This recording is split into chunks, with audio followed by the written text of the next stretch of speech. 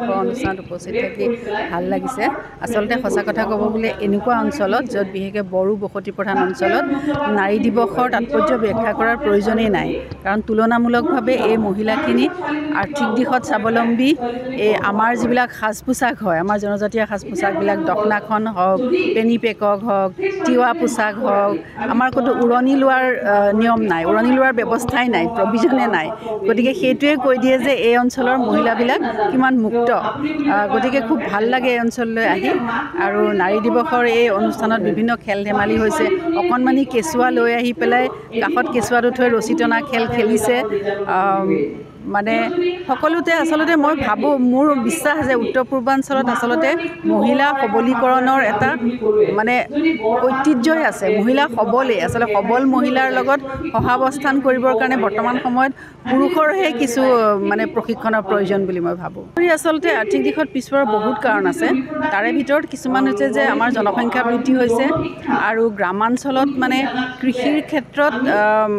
বৰ্তমান সময়ত যিমান আগতে কৃষি ক্ষেত্ৰত মানুহ ব্যস্ত হৈ আছিল কিছু অঞ্চলত সেই কৃষি কৰ্মৰ প্ৰতি মানুহৰ এটা অনীহা আহিছে এইটো আচলতে কৃষিৰে স্বাৱলম্বী হোৱাৰ প্ৰতি আগ্ৰহটো কিছু অঞ্চলত কমি গৈছে আৰু সেইটোৱে আচলতে আৰ্থিক দিশত ক্ষতি কৰিছে বুলি ভাবোঁ মই ভাবোঁ যে অসম এখন কৃষি প্ৰধান দেশ গতিকে অসমৰ কৃষকে কৃষিক মানে মূলতঃ কৃষিক কেন্দ্ৰ কৰি পেলাই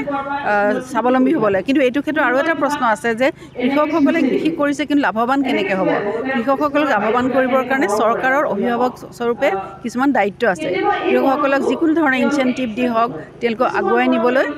চৰকাৰে কিছুমান ব্যৱস্থা ল'ব লাগে যাতে কৃষি বিষয়টো একেবাৰে পিছপৰা মানে কৃষি ক্ষেত্ৰত কাম কৰি কোনো ধৰণৰ লাভালাভ নাই এনেকুৱা ধৰণৰ মনোভাৱটো নহ'বৰ কাৰণে আমাৰ অভিভাৱক স্বৰূপ চৰকাৰখনে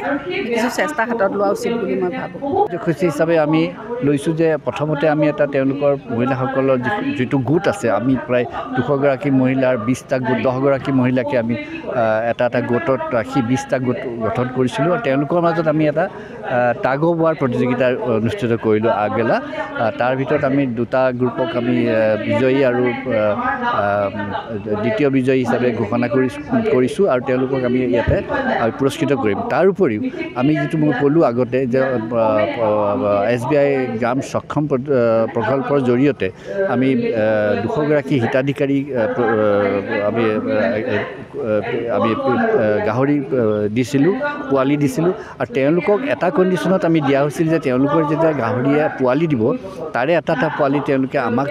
উভতাই দিব যাৰ ফলত আমি সেই পোৱালিটো আমি অন্য আৰু 200গৰাকী মহিলাক দিব পাৰোঁ সেই উদ্দেশ্যে আমি আজি এই সভাখনতে আমি প্ৰায় আৰু 15 টন হিতাধিকাৰীক